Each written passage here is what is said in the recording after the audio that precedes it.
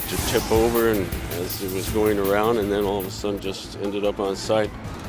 An Amtrak train derailment north of Olympia leaves at least 3 people dead and dozens of others injured tonight. We'll have the latest. And what was supposed to be a day trip for one local doctor turned into something very different. How he jumped in to help the victims in the train derailment. Plus, Oregon Governor Kate Brown offering her condolences to the families impacted by that derailment. We'll hear more from her and other local leaders. And I could hear people screaming and stuff in the other parts, and then by that time ambulances and stuff were coming. A day of celebration turned deadly in Washington. Authorities confirm 3 people are dead and more than 100 others are in the hospital after an Amtrak derailed in DuPont this morning.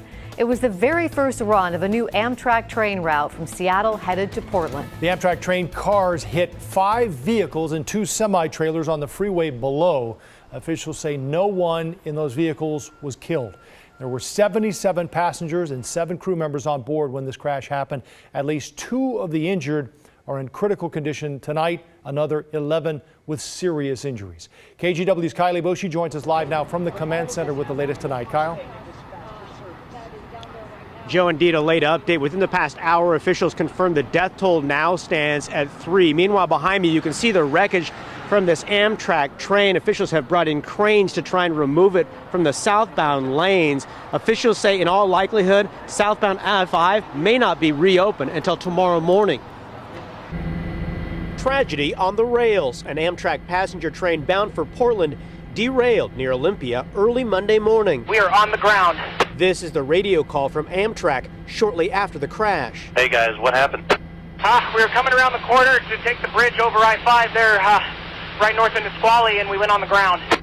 Okay, are you, is everybody okay? I'm still figuring that out. We got cars everywhere and down onto the highway.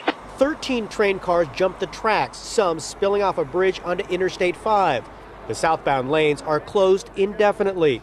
Of the 77 passengers and 7 crew members on the train, dozens were injured, some fatally. Everybody naturally understands that this isn't normal, and then when glass and shatter and people are flying, you know, you're like, oh my God, this is real. So I just buckled up.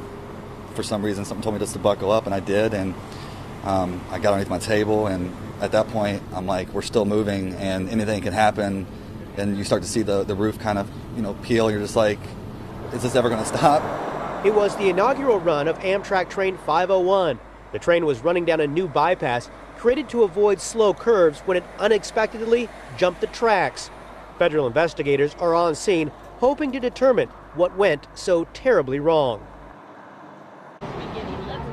That investigation will take time, as will the cleanup. Again, southbound I-5, the main connector between Seattle and Portland, will likely be closed until tomorrow morning. Back to you. Kyle, thank you for the update. We're hearing